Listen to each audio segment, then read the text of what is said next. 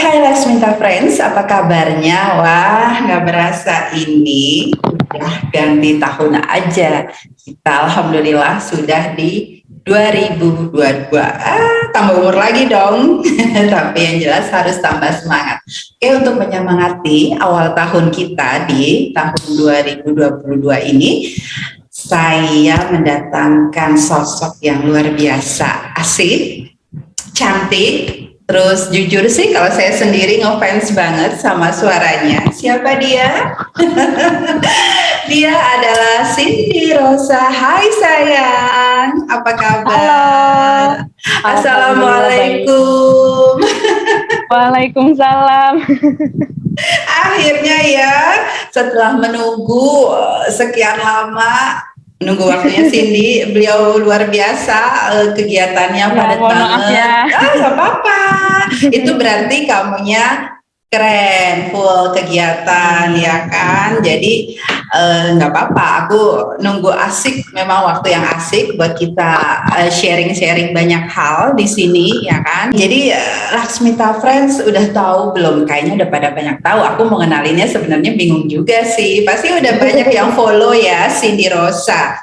Nggak asing lagi, dia itu jebolan dari The Voice RCTI 2016. Kita lanjut lagi. Ini mau nanya, sekarang Cindy tuh aktif apa sih kegiatannya? Untuk saat ini kalau weekday gitu dari Senin sampai Jumat aku mengajar di salah satu sekolahan ya di Bogor gitu. Aku tinggal di Bogor juga gitu. Kemudian kalau weekend aku nyanyi, kalau enggak nge-MC. Tapi spesifiknya nyanyinya itu lebih sering atau nge-MC-nya juga lebih sering untuk acara-acara pernikahan gitu. Kalau acara lain biasanya ada juga, tapi nggak seintens atau sesering acara-acara pernikahan. Jadi gitu. iya. Tapi bisa dong kalau misalnya ada teman-teman yang pengen nih buat kegiatan kantor kayak gitu-gitu, berarti oke aja kan? Bisa. Oke, Asal mungkin disesuaikan ya waktunya. Iya, Laksmita Friends nanti jangan khawatir nanti tentang Cindy Rosa ini kalau mau kontak atau bagaimana mau komunikasi sama si cantik ini gimana, nanti saya akan tag link IG-nya, Instagram-nya. Jadi kalian yang memang ingin menggunakan jasa suara kerennya, mau menggunakan jasa MC-nya gitu ya, nanti boleh kontak lewat link Instagramnya Cindy Rosa, nanti saya akan kasih. Oke, Cindy, ini kan kamu kan jebolan. Terima kasih Tante jadi di promosi ini. Ini kan kita sharing ya, mana tahu memang ada yang pengen kan, kita nggak tahu ya. Terus betul. Terima kasih Tante. Iya, sama-sama sayang. Ngomong-ngomong nih balik, aku sih tertarik pengen ngulik tentang karir nyanyinya kamu. Ini kamu ngomong-ngomong mulai nyanyi dari kecil atau memang baru-baru aja latihan vokal atau gimana nih sayang? Boleh ceritain sedikit nggak? Kalau aku nyanyi dari kecil, jadi udah mulai suka ikut-ikut lomba nyanyi. Kemudian kayak misalkan ada acara perpisahan di sekolah-sekolah gitu kan, biasanya suka ada yang menampilkan penampilan gitu ya, entah nari atau nyanyi. Nah, aku udah mulai suka menampilkan kemampuan nyanyi aku itu ketika aku SD kelas 1. Waktu itu usia 5 tahun gitu. Jadi untuk rasa senangnya sebenarnya udah dari kecil gitu. Tapi untuk betul-betul terjun betul-betul terjun ke dunia entertainment kayak ikut-ikut lomba nyanyi itu mungkin kelas 3 SD kayaknya. Tapi berarti nyanyi ini udah memang suka ya, hobi ya dari kecil ya. Iya. Keren. Berarti kamu tuh menjalani apa yang kamu cintain ya, asik banget berarti. Ternyata bisa menghasilkan pundi-pundi lagi kan, luar biasa banget ya kalau dari hobi. Nah, ini Laksmita Friends salah satu memang hal yang harus kita gali, harus kita ketahui sedari dini. Sebenarnya bisa jadi loh mulai dari hobi itu ternyata bisa menjadi sebuah profesi, kemudian memberikan kita selain profesi itu memang memberikan kita karir, keuangan dan sebagainya. Nah, mulai dari sekarang, mumpung masih di awal tahun, boleh Laksmita Friends ngulik-ngulik nih diri sendiri, apa sih? Apakah nyanyi, apakah fotografi, ya kan? Ataukah desain? Wah, keren loh, nanti tuh dunia desain, nanti one day saya mau bahas tuh dunia desain seperti apa, karena lagi ngikutin si pendiri Facebook, itu keren banget, jadi nanti kita bahas. Oke, Cindy, tadi kan sudah dibahas ya, berarti mulai nyanyi dari kecil, kemudian kegiatan sekarang itu ngajar dan nyanyi. Nah, selain itu juga ada MC, terus kamu mau terjun gak kira-kira ke dunia dubber? Itu menjanjikan juga loh sayang. Dubber itu sebetulnya aku masih awam banget Tante. Jadi sebelumnya itu ya, aku senangnya di dunia entertainment itu kita tuh kadang nggak hanya menemukan bahwa oh ternyata aku cuma bisanya nyanyi aja gitu. Tapi di dunia entertainment tuh kadang ada beberapa kegiatan yang kita tiba-tiba dihadapin sama suatu acara atau suatu aktivitas yang kita dituntut untuk bisa kebiasaan lainnya gitu, skill lainnya. Contohnya ketika aku jadi berimprovisasi gitu. Misalnya lagi ada acara nyanyi, kemudian di situ ada koreografinya dan harus bisa nari gitu. Terus aku jadi kayak punya ukuran, oh ternyata harus bisa nari juga. Artinya akhirnya aku juga belajar nari saat itu, meskipun aku nggak menemukan bahwa aku bisa nari gitu. Kemudian juga untuk public speaking gitu ya, karena di nyanyi juga ternyata kita butuh untuk bisa public speaking gitu, at least bisa ngajak teman-teman nyanyi, audiens nyanyi gitu, bisa mengangkat suasana gitu. Kemudian juga salah satunya voice over gitu. Jadi waktu di The Voice itu aku juga sempat beberapa kali dapat kesempatan namanya built-in ya. Jadi kayak syuting untuk iklan sponsornya acara The Voice gitu. Misalnya let's say produk A gitu, kemudian aku di situ acting sedang makan atau minum atau menggunakan produk A tersebut gitu. Nah, di sela-sela kegiatan built-in itu ada waktu itu dibutuhkan voice over gitu. Kemudian si produser dari acara built-in iklan ini dia bilang bahwa bisa nggak kamu isi voice over gitu. Kayaknya masuk nih tipikal suaranya gitu. Kemudian aku isi untuk produk ice cream waktu itu. Aku nggak sebut merek ya. Untuk produk ice cream, kemudian dia record gitu, kayak boleh nggak saya minta tolong untuk record gitu, nanti saya kasih tahu intonasinya sama skripnya gitu. Akhirnya di situ aku record, terus aku jadi kayak nemuin, wah ternyata voice over tuh seperti ini gitu, meskipun nggak langsung dalam gitu ya. Tapi akhirnya aku nyoba-nyoba gitu, jadi kayak ngeliatin beberapa influencer yang bergelut di dunia voice over.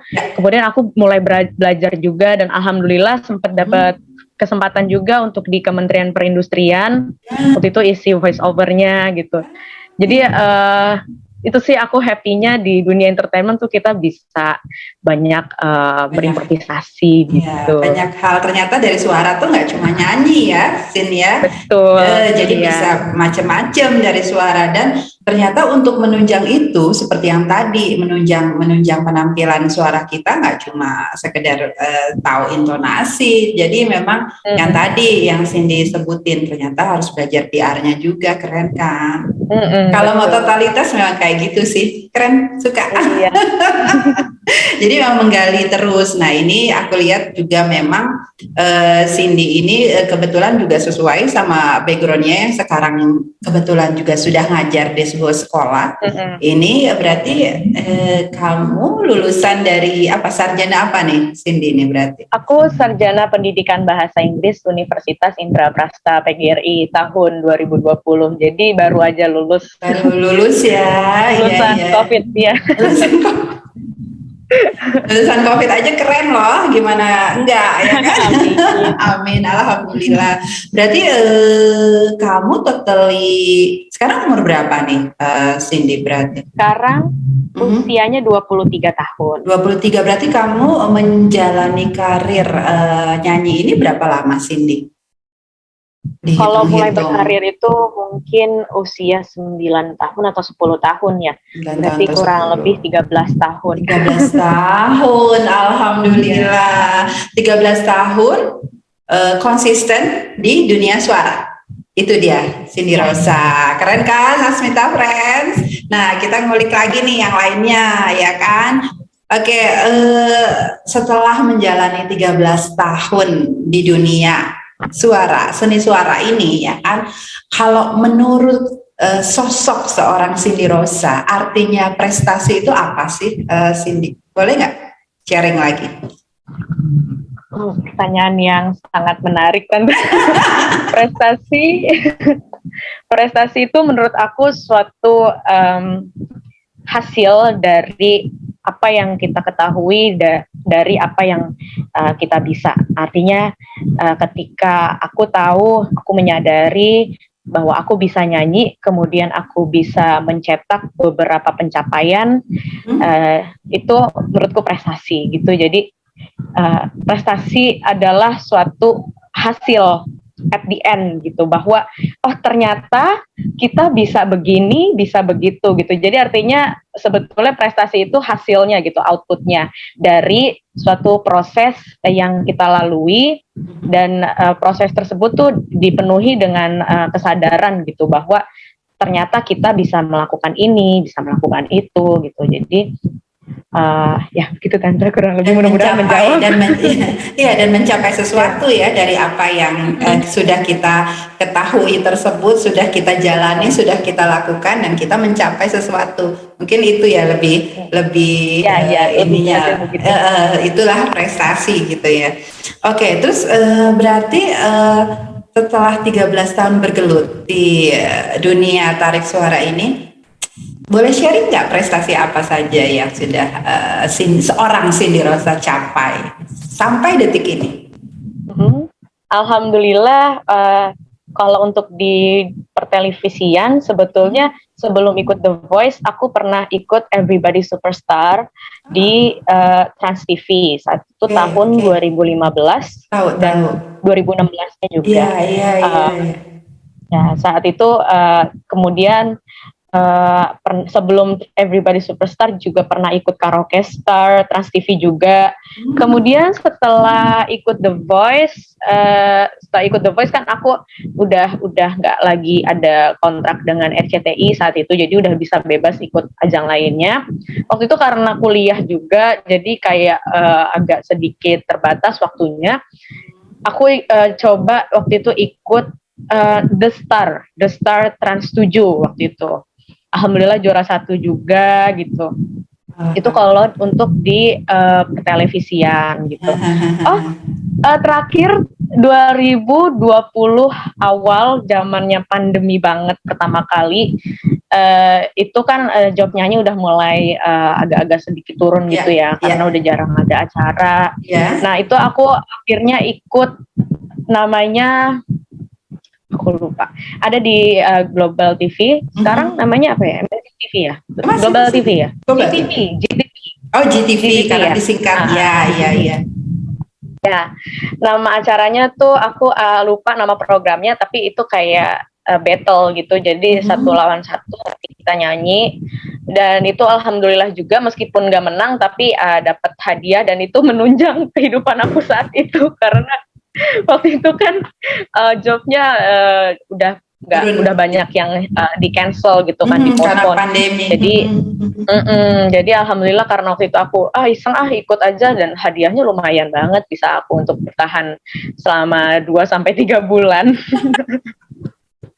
Iya. Luar biasa. Jadi itu kalau yang pertelevisian. Tapi kalau untuk ketika aku masih sekolah, aku suka ikut SMP SMA ya. SMP aku pernah ikut FLS 2N.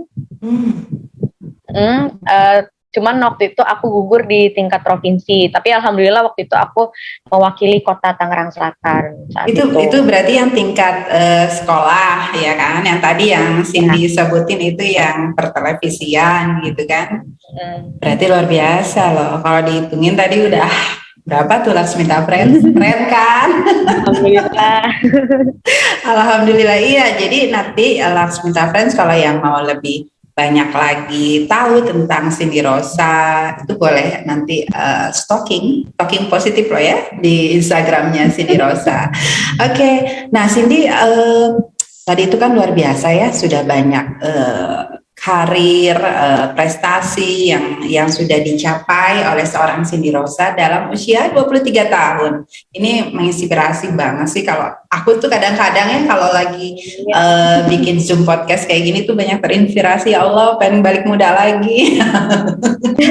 pengen berkarya lebih banyak lagi gitu kan. Aduh rasanya masih belum puas nih kan, karena mendengar iya ampun umur kemarin gitu ya, ada juga yang 22 tahun udah sukses jadi developer properti. Sekarang sih di umur 23 tahun sudah bisa nge-build, membangun sebuah karir jati diri gitu ya. Saya itu adalah as a singer, seorang penyanyi. Nah ini buat saya sih luar biasa, pencapaian luar biasa. Kita nggak bicara soal materi dan sebagainya, tapi ini bicara soal prestasi dan pencapaian ya Laksmita Friends. Jadi ketika seseorang itu sudah bisa mendapatkan, oh ini loh saya, ini loh tagline saya, ya kan? Jadi ini loh orang boleh mengenal saya sebagai apa gitu kan? Nah ini buat saya itu sebuah prestasi, sebuah pencapaian dari sisi tersendiri yang ini luar biasa juga, pasti nggak mudah nih menjalaninya. Nah, ini 23 tahun dengan memiliki begitu banyak prestasi dan sekarang kondisinya berhijab, ya kan? Nah, tante inget nih, waktu Cindy Rosa ada di The Voice, rasanya itu belum berhijab ya sayang kamu ya? Iya. Karena aku ikutin saat itu. Jadi aku ikutin waktu kamu tampil masih di The Voice itu 2016, kayaknya kamu belum berhijab. Nah, Cindy boleh nggak sharing sejak kapan memutuskan untuk berhijab? Kemudian apa sih yang pencetus gitu yang membuat seorang Cindy Rosa yang bergelut bekerja di dunia entertainment dengan usia muda yang lagi kepengen tampil cantik-cantiknya, mengekspresikan diri biasanya kan gitu kan. Nah ini tiba-tiba memutuskan untuk menggunakan hijab. Nah boleh sharing deh untuk hal yang satu ini Cindy Rosa. Ini sebetulnya ceritanya panjang banget Tante, tapi kalau ditanya kapan, aku baru start berhijab itu di tahun 2020 bulan Maret. Jadi pas banget pandemi awal banget saat itu gitu. Kemudian sebetulnya ini kalau aku sih terbuka aja ya perihal ini gitu. Sebetulnya aku mau bahas dulu dari pemahaman hukum hijab itu sendiri. Jadi ini sejujur-jujurnya Tante, aku dan keluargaku saat itu karena kan didikan keluarga ya. Keyakinan yang ditanam dalam keluargaku itu hukum tentang hijab itu tidak wajib gitu. Jadi sunnah saat itu yang aku dapatkan dari kedua orang tua aku tuh begitu gitu. Dan juga beberapa keluarga besarku lainnya juga gitu. Sebetulnya itu ini ya subjektif ya. Jadi hal yang sangat-sangat kembali lagi itu personal things banget gitu. Jadi sebetulnya balik lagi ke keyakinan masing-masing gitu.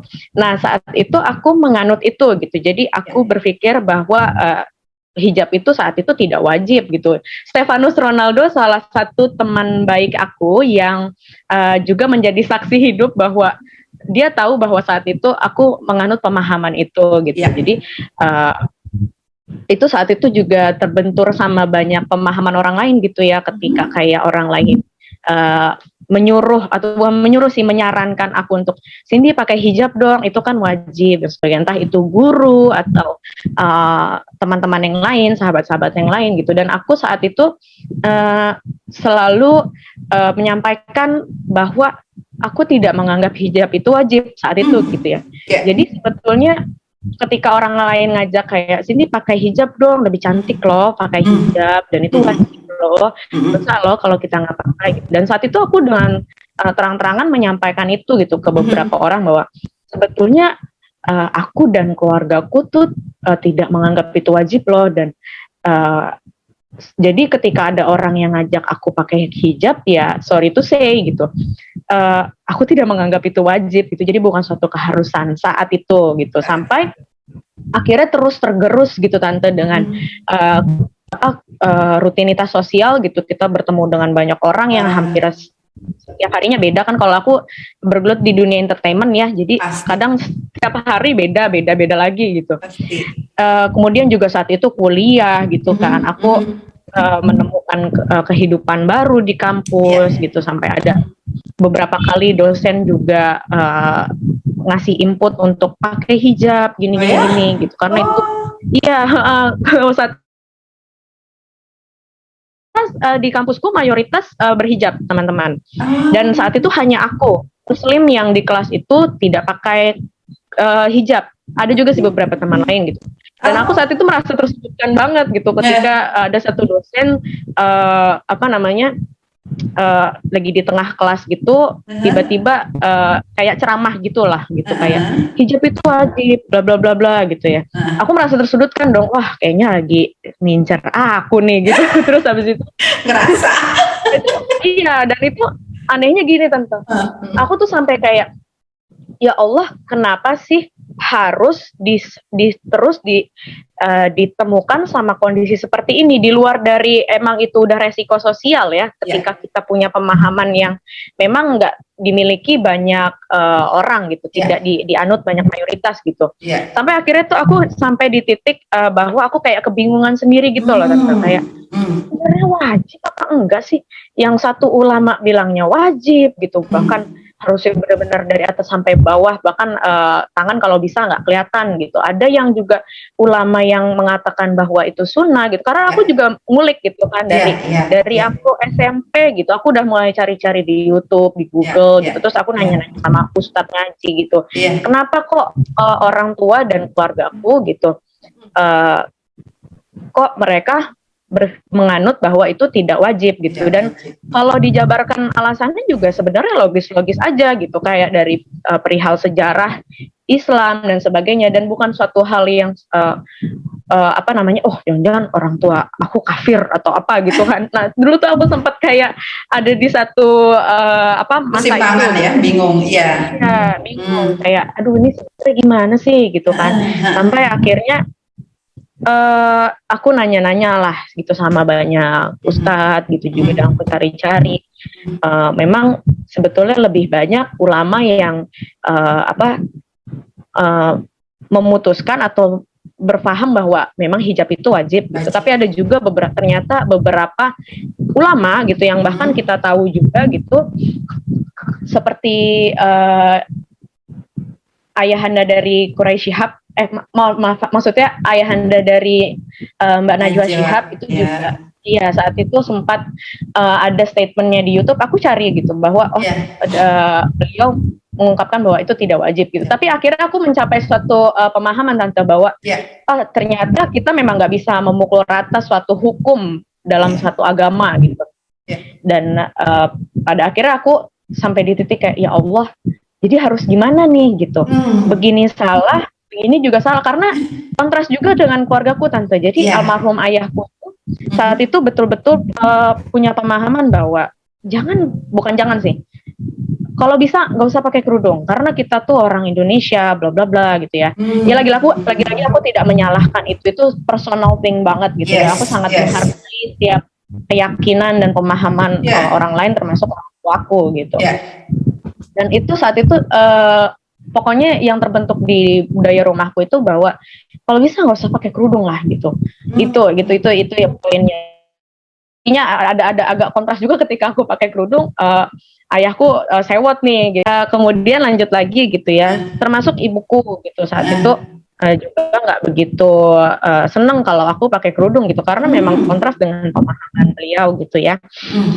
Sampai akhirnya aku di satu titik kayak, ya Allah, ini kanan kiri aku nih kayak air dan api gitu gitu. Yang satu nyuruh pakai hijab gitu kan, bahkan sampai sering banget dihadapin yang tadi aku cerita gitu, entah di kelas, entah di kampus, entah di mana-mana, ada aja gitu orang yang pakai hijab dong, kamu cantik loh pakai hijab gitu. Dosa loh nggak pakai hijab, aurat kita apa gitu. Banyak ajakan gitu ya. Banyak banget. Tapi herannya gini, ketika aku tanya sama teman-teman aku yang muslimah yang lain gitu, yang juga nggak pakai kerudung, sering disuruh pakai kerudung nggak sih gitu? Enggak sih, jarang sih ada orang ngomong gitu. Nah, aku tuh langsung nangkep sign kayak, wah kenapa nih kok banyak banget orang nyuruh aku pakai kerudung, sementara another muslimah yang nggak pakai kerudung ini, teman-temanku, mereka menjalani kehidupannya biasa aja gitu, nggak ada tuntutan, nggak ada desakan gitu yang bikin galau gitu ya. Sampai akhirnya aku berdoa gitu, ya Allah tolong tunjukin mana yang harus aku lakukan gitu. Sampai akhirnya itu lumayan panjang ya prosesnya gitu. Sampai akhirnya aku sampai di tahun 2019 akhir, 19 akhir kayaknya. Aku tanya ke satu ustadz gitu. Ustadz, ini gimana kalau kondisinya begini gitu. Kalau menurut ustadz tersebut, beliau mengatakan bahwa memang wajib gitu. Tapi kalau misalkan masih bingung mau pilih ikut hukum yang mana gitu, pilih hukum yang terbanyak gitu. Hukum ulama yang paling banyak mengatakan wajib gitu, karena itu yang lebih valid gitu menurut beliau gitu. Kemudian terus aku nanya juga untuk poin yang kedua, tapi gimana dengan ibu saya gitu? Kalau ayah udah almarhum kan, gimana dengan ibu saya kalau nanti pada akhirnya jadi ribut atau ada perselisihan karena beda pemahaman gitu? Terus jawabannya sangat luar biasa, Tante. Ketika kamu menganggap sesuatu itu benar dan kamu mau memperjuangkan itu, kemudian kamu usaha dan doa, itu nggak ada yang nggak mungkin gitu. Apalagi hati manusia gitu, cuman sekedar hati manusia gitu, walaupun itu ibu kamu, Allah bisa aja membolak-balikan hati, dan akhirnya yang tadinya nggak boleh, berat gitu, pada akhirnya jadi lurus-lurus aja gitu, jadi oke-oke aja gitu.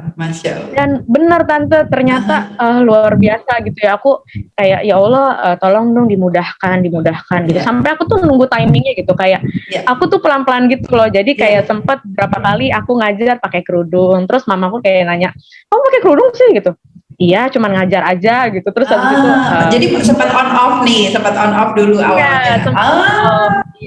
Jadi kalau ngajar privat itu aku pakai kerudung. Terus saat itu belum ngajar sekolahan ya, karena masih kuliah gitu. Terus kalau misalkan lagi main sama teman-teman, kadang aku pakai gitu, kayak mau matching style juga saat itu gitu. Ini kira-kira bagusnya gimana gitu ya. Terus biar mamaku juga nggak kaget gitu, tahu-tahu pakai gitu kan. Akhirnya aku sempat on off saat itu, sampai akhirnya ketika pandemi itu ya.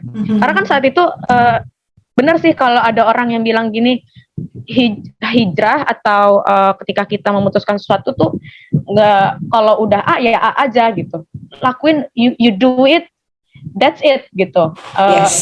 Lakuin aja udah gitu, nggak perlu nunggu proses, nggak perlu berlama-lama gitu kan. Dan ternyata bener gitu, nggak lama 2 Maret 2020 kita ada COVID di Indonesia. Di situ aku udah mulai galau banget dan berpikir kayak, wah, kanan kiri ini udah banyak yang meninggal gitu. Kanan kiri udah mulai banyak yang pergi lebih dulu. Nggak menutup kemungkinan dong, kita nggak tahu usia kita kapan gitu. Sampai akhirnya aku, aduh kapan ya aku bisa pakai kerudung gitu. Udahlah, pakai aja. Kira, dan itu saat itu kan job nyanyi jadi salah satu pertimbangan aku juga ya Tante, karena kan pekerjaan nyanyi aku itu jobnya lebih banyak saat itu datang dari wedding international. Jadi wedding international itu kebanyakan kan teman-teman yang segmennya pengantinnya nih Asani, gitu kan. Terus aku pikir, aduh kalau pakai kerudung ini kehilangan pekerjaan gitu kan. Udah ganti aja deh gitu. Wah. Tar off dulu aja deh gitu kan. Sampai akhirnya ketemu pandemi dan hilang semua job. Aku tuh kayak ditampar gitu. Kayak nih Yasin, lu nggak usah nunggu pakai kerudung dulu aja, lu udah kehilangan pekerjaan lu gitu. Gak menutup kemungkinan bisa juga besok kehilangan nyawa atau kehilangan seluruh dalam kehidupan gitu. Aku mikir kayak aku mikir ya udahlah, udah kehilangan pekerjaan juga, udahlah sekalian aja gitu. Akhirnya saat itu the day one itu aku pakai tanggal 3 atau 4 Maret, aku lupa ya, atau seminggu setelah kita ada pengumuman COVID itu, aku langsung pakai dan alhamdulillah juga disupport kan sama teman-teman saat itu. Terus aku pada akhirnya fight to my mother gitu kan, to my mom. Pertama ini apa namanya, aku hapus semua foto-foto di Instagram gitu. Terus kemudian kakak aku mulai nanya gitu, kamu jadi fix beneran pakai kerudung gitu? Iya gitu. Kenapa? Dan itu pertanyaan kenapa pakai kerudung itu tuh sering banget kan orang tanya gitu, dan aku nggak bisa jawab saat itu. Ya udah pakai aja. Jawabannya selalu begitu. Ya udah emang pakai aja gitu. Sampai akhirnya kakakku juga support gitu kan, kakakku alhamdulillah support. Terus cuman sempat mama aku saat itu ya gitu deh, masih kayak jutek-jutek gitu, nggak seneng lah. Tapi alhamdulillah by the process, sekitar setelah lebaran itu alhamdulillah udah banyak mulai masuk tante. Itu luar biasa juga, ini suatu hal yang magic banget dari Allah gitu ya. Yang aku ikut, yang tadi aku cerita tuh, yang aku dapat hadiah gitu, meskipun nggak menang tapi itu bisa bertahan untuk sampai 2-3 bulan gitu kan. Dan itu awal-awal kamu tuh baru itu ya pakai hijab ya waktu itu kamu tampil TV langsung ya. Iya, terus di situ tuh ternyata udah bisa prove to my mom. Akhirnya dia melihat langsung bahwa oh ternyata anak gue pakai kerudung tetap bisa nyanyi gitu, tetap bisa masuk TV.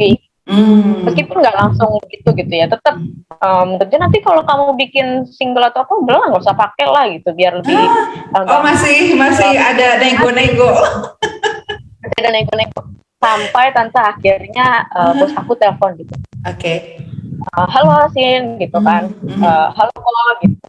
Jadi bisa nggak nyanyi nanti tanggal sekian gitu. Pengantinnya sih muslim gitu. Terus oh alhamdulillah sekarang aku udah pakai kerudung gitu. Oh aduh gitu ya, kalau misalkan nanti untuk job yang wedding internasional gimana, lepas atau enggak gitu. Oh kayaknya enggak kok, nggak apa-apa kok, nggak dapet juga, nanti aku yang misalkan yang segmented muslim aja nggak apa-apa gitu. Terus akhirnya dari situ banyak banget, saat itu kan habis lebaran ya. Jadi sebenarnya saat itu udah banyak tante acara wedding tapi nggak di-expose aja. Jadi intimate Iya.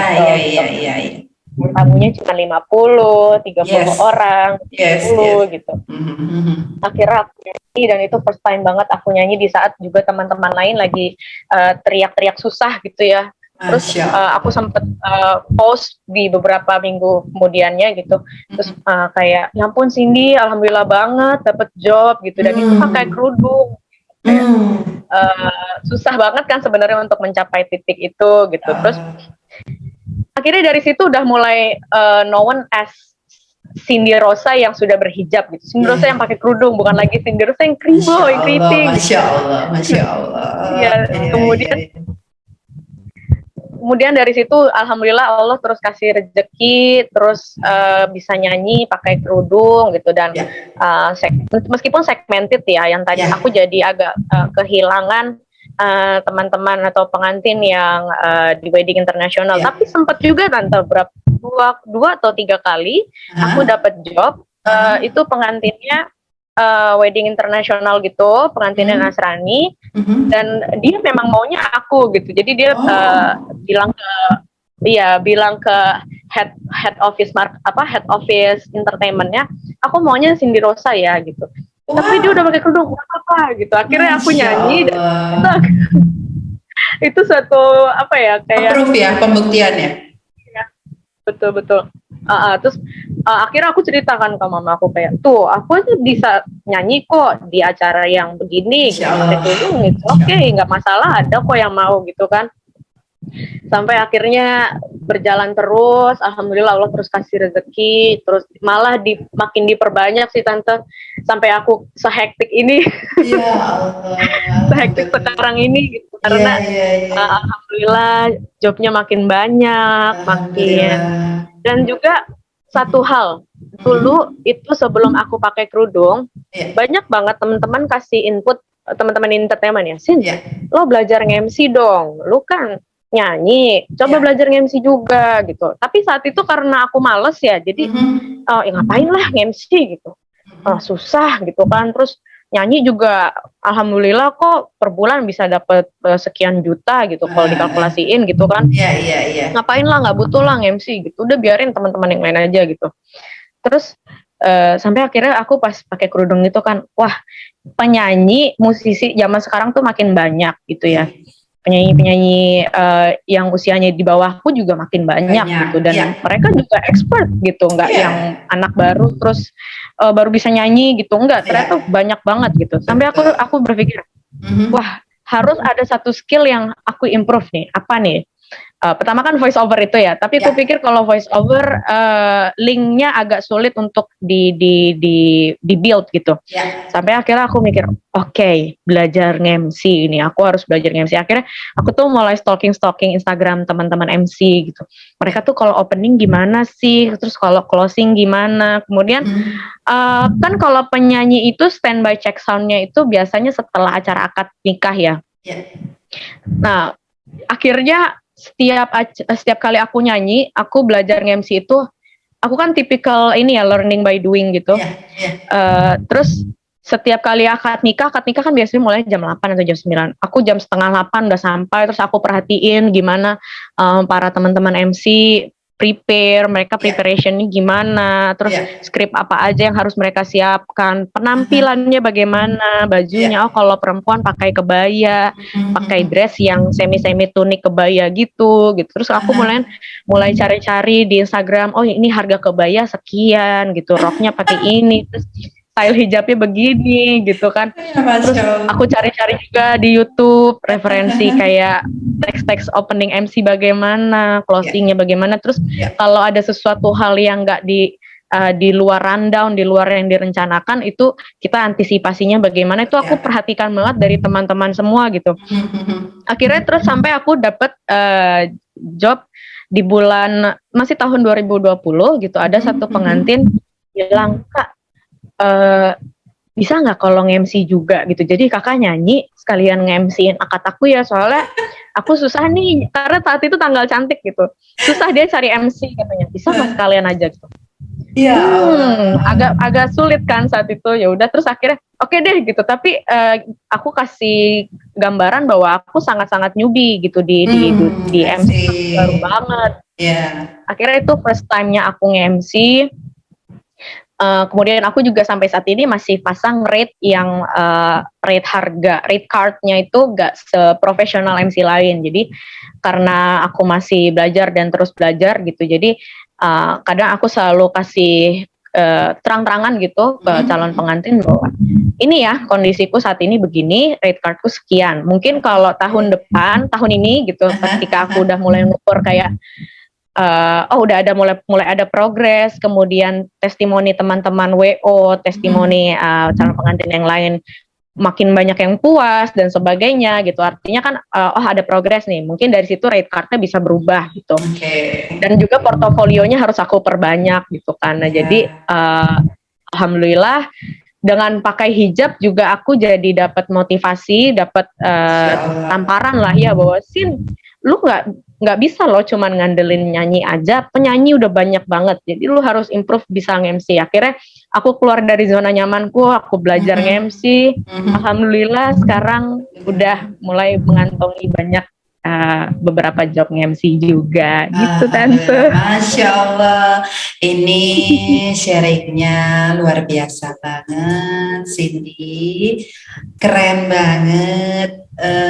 Apa ya? Tadi aku sih sempat merinding mengikuti. Ini jujur Laksmita Friends ya. Aku setelah sedikit ini, aku baru sempat. Aku ngikutin gitu kan, karena Cindy ini aku tahu udah dari lama gitu kan. Aku ikutin terus. Tapi jujur, The true story, kenapa why-nya Cindy Rosa memutuskan berhijab ini baru sekarang, tepat di Laksmita Podcast sekarang ini. Jadi memang aku tuh agak penasarannya tuh udah lama gitu. Kenapa sih gitu kan tiba-tiba seorang Cindy Rosa yang aduh Laksmita Friends, dia ini energik banget kalau udah di atas panggung tuh nggak kayak kita sekarang ngobrol-ngobrol gini loh gitu.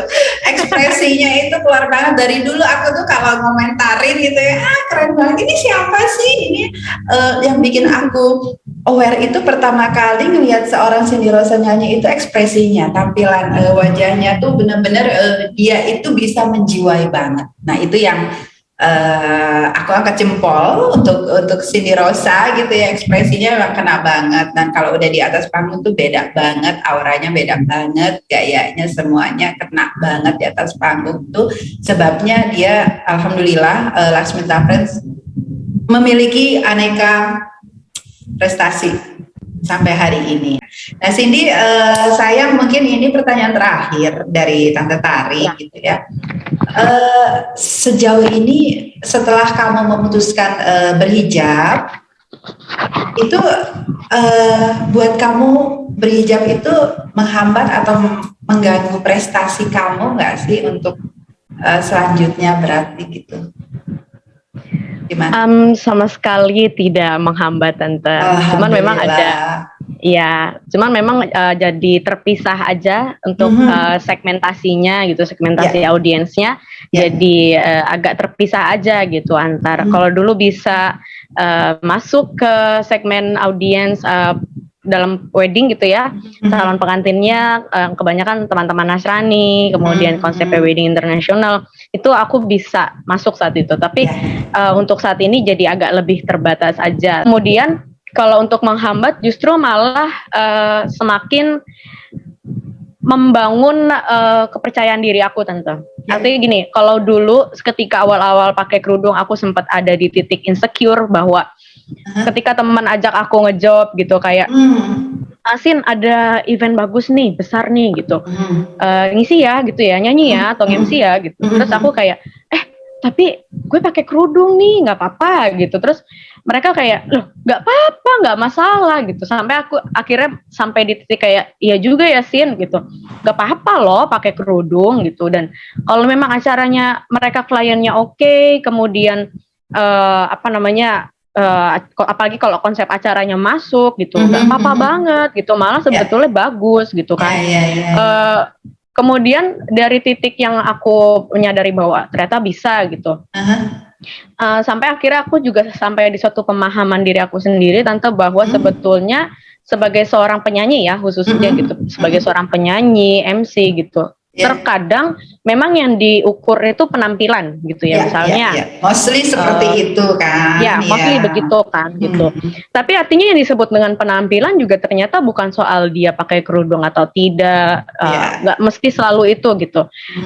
Terkadang lebih ke bagaimana profesionalitas kita bekerja. Salah satunya menjaga penampilan itu dengan rapih, at least minimal rapih gitu, rapi dulu, kemudian nggak perlu kadang kita juga kan harus cantik gitu, penyanyi tuh harus cantik apa segala macam gitu, tapi sebetulnya yang penting menarik gitu, menarik, kemudian kita juga ramah gitu kan sama orang kita ketemu gitu, itu juga suatu kecantikan gitu. Terus kemudian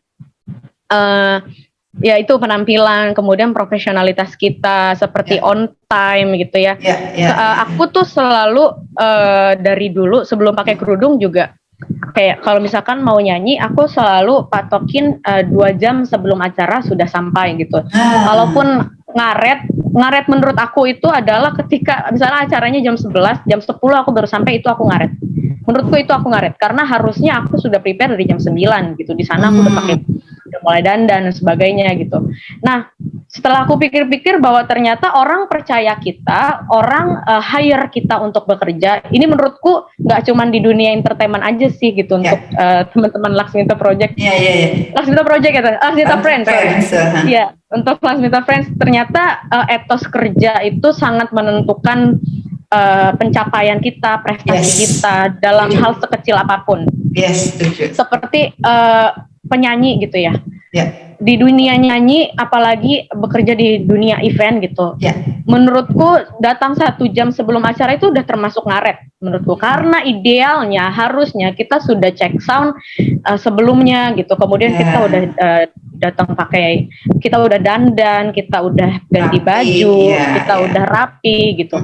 Datang sebelum acara 1 jam sebelum acara tuh menurut aku itu aku udah ngaret gitu. Pernah juga aku datang setengah jam sebelum acara gitu, dan aku berpikir oh ternyata nggak bisa loh kita datang setengah jam. Padahal sebetulnya kalau yang disebut ngaret orang-orang itu kan kalau acara udah mulai, ya udah mulai kita baru datang gitu. Itu kan ngaret. Tapi setelah aku pelajari selama beberapa tahun belakangan gitu, bahwa datang setengah jam itu, datang setengah jam, 1 jam sebelum acara itu termasuk ngaret. Karena harusnya kita udah cek sound, kita udah begini begitu, tapi jadi akhirnya buru-buru gitu kan. Nah, etos-etos kerja seperti itu gitu, sesimpel on time, kemudian kerapihan penampilan kita, itu ternyata menjadi kunci utama dalam kita berkarir, berprestasi gitu. Artinya bahkan ketika aku udah pakai kerudung gitu ya, ketika aku memaksimalkan etos kerjaku, memaksimalkan profesionalitas kerja aku, justru makin banyak jobnya gitu. Jadi sebetulnya pakai kerudung ini membuat aku mencapai di pemahaman itu juga gitu, bahwa kadang nggak ngelihat pakai kerudung atau enggak kok, nggak ngelihat dia langsing badannya, bagus badannya atau tidak gitu. Kadang nggak cuma dari itu gitu. Yang jadi kunci utamanya ya ternyata etos kerjanya. Klien minta nyanyiin lagu ini itu, kita kulik gitu. Kalaupun kita nggak bisa atau kesusahan, ya aku sih selalu terang-terangan gitu sama head office entertainmentnya gitu, atau ke pengantinnya langsung directly gitu, Kak boleh nggak kalau lagunya diganti gini atau di versi begini, karena agak kesulitan untuk aku, karena aku lebih baik begitu daripada terus akhirnya, karena sesuai pengalaman juga aku pernah maksain gitu, akhirnya jadi fales gitu. Jadi kerudung justru sangat membawa aku ke pemahaman itu Tante, bahwa ternyata yang jadi kunci utama tuh memang kualitas diri kita. Betul luar biasa, Masya Allah, keren. Cindy, makasih loh sharingnya ini. Terus kira-kira satu lagi deh, aku lupa. Nah ini kan masih di awal tahun, apa sih target kamu di tahun 2022 ini? Pencapaian apa lagi nih yang pengen nih kamu raih? Target utama aku mau memperluas bidang karir aku, nggak hanya di real life. Jadi kalau di real life kan aku nyanyi wedding, MC gitu. Aku mau expand di sosial media. Jadi Instagramku kan sebetulnya dibilang drop juga enggak, dibilang naik juga enggak, stagnan gitu-gitu aja gitu. Dari aku perhatiin dari tahun 2018 kok begini-begini aja sosial mediaku, followersnya segitu-segitu aja, naik turun gitu. Aku pengen expand karirku di sosial media, karena kan saat ini juga sangat menjanjikan ya untuk bergerak di sosial media gitu. Kalau kata anak sekarang jadi selebgram lah gitu, terus terima endorse tuh. Aku juga melihat wah ini peluangnya luar biasa gitu, dan aku lagi berusaha untuk mencapai itu gitu, entah dengan mempelajari jenis-jenis konten, kemudian bagaimana untuk mencapai insight gitu. Itu aku lagi sedang kulik. Jadi target di tahun 2022 ini aku pengen Februari atau bahkan Januari ini sudah mulai ada peningkatan insight di Instagramku, dan juga makin memperbanyak konten gitu. Jadi pengen lebih ke arah ke digital marketing juga nih. Seorang Cindy Rosa pengen ngerambah, karena ternyata Laksmita Friends digital marketing ini pencapaiannya luar biasa yang nggak bisa kita remehkan gitu ya. Ini luar biasa banget. Jadi jasa pun gitu kan, jasa pun itu akan bisa lebih tersorot penjualan jasa kita ini kalau kita rajin memang update di sosial media kita. Nah, yuk Laksmita Friends, kita aminin semoga pencapaian Cindy Rosa ini lebih lagi nanti di tahun 2022, dan apa yang ia cita-citakan bisa tercapai, amin. Cindy Rosa, makasih banget, ini sharingnya luar biasa buat Laksmita Friends terutama. Jadi tadi yang Cindy Rosa ceritain bagaimana dia menghadapi kegalauannya ketika menghadapi sebuah fenomena ada yang dua aliran ini di dunia kita mengenai hijab ya. Sebenarnya ini ada hadisnya juga Laksmita Friends. Jadi ada hadis memang kalau ketika kita menghadapi hal apapun, ketika hal itu membuat kita ragu, tinggalkan. Jadi kita jalankan apa yang kita yakini saja. Ini nggak hanya berlaku untuk masalah jilbab, tapi semua nih dalam unsur kehidupan kita. Kadang kita lupa rakaat keberapa dalam sholat, kan manusiawi ya. Kadang-kadang kan kita seperti itu. Ya sudah, kalau misalnya kita ragu ini kedua atau ketiga, kita meyakini tadi udah kedua deh. Oh ini udah ketiga deh. Ya sudah, itu yang kita yakini. Insya Allah itu yang lebih memantapkan hati kita untuk melanjutkan apa yang kita kerjakan atau ibadah kita. Nah itu teman-teman mungkin nanti boleh banyak ngulik di Google ya, googling sendiri tentang hal-hal yang seperti itu. Kemudian salutnya lagi luar biasa dari yang tadi sudah seorang Cindy Rosa sharing tentang hijab. Ini saya juga luar biasa salut di tengah dunia entertainment dia mendapatkan, kalau buat saya ajakan-ajakan itu sebenarnya hidayah deh kayaknya ya. Iya. Jadi toh kita bisa lihat, maksudnya ada yang fine aja, tidak merasakan tekanan-tekanan seperti itu gitu kan, bahkan sampai di usianya yang sudah lewat gitu kan. Nah ini yang Laksmita Friends, semoga ini bisa menginspirasi kita semua ya kan. Ayo ini perempuan-perempuan cantik Indonesia gitu ya, yang memang merasa dirinya seorang muslimah, ini nggak ada salahnya kalau kita menjalani apa yang sudah ditetapkan Allah. Ternyata Allah itu juga sudah menulis kok, sudah menggariskan kok tentang jodoh, rizki, dan maut kita. Jadi sebenarnya apa yang Cindy Rosa tadi sharing sama seperti yang dulu saya alami juga ketika saya mau memutuskan berhijab gitu kan. Iya, gimana nih nanti kerjaan gimana, karena sama-sama di bidang jasa gitu kan dulu gitu kan. Jadi nanti saya kehilangan pelanggan dong apa, dan itu justru masukan-masukan itu datang dari teman dan sahabat-sahabat saya yang tahu gitu. Jangan dong Tari, nanti kamu kehilangan pelanggan yang ini loh, kan ada orang yang nggak mau gitu kan, nggak mau di handle sama yang menganggapnya nanti kalau berhijab itu terlalu fanatik gitu kan, terlalu fanatik ke Islam. Dulu gitu ya, Tante. Betul. Tapi alhamdulillah seiring dengan berjalannya waktu, media sosial juga marak, ini dakwah para ustadz-ustadz kita juga luar biasa ya kan, banyak banget yang membahas dan mengupas tentang manfaat hijab ya kan, yes or no-nya, walaupun memang ada dua aliran. Tapi balik lagi, kalau kita memang ragu, ya sudah, kita jalani apa yang kita yakini, apa yang mendekati kebaikan. Nah itu yang lebih menenangkan hati kita insya Allah. Nah, itu sebenarnya ada sih di hadis-hadisnya itu ada. Nah jadi semoga saja sharing kita hari ini di awal tahun 2022 juga membuka banyak hati untuk ikutan menjalankan apa yang terbaik untuk kehidupan kita, tidak hanya di dunia tapi juga di alam yang nanti, yang lebih kekal di akhirat nanti. Oke Laksmita Friends, ini sekian saja, semoga menjadi pembuka awal tahun yang keren, yang luar biasa, menyemangati kita untuk terus berbuat lebih baik lagi, berbuat lebih sukses lagi, lebih keren lagi. Cindy Rosa sayang, makasih banyak di segala sela kesibukannya kamu. Ini bisa aku gangguin ini podcastan. Yeay.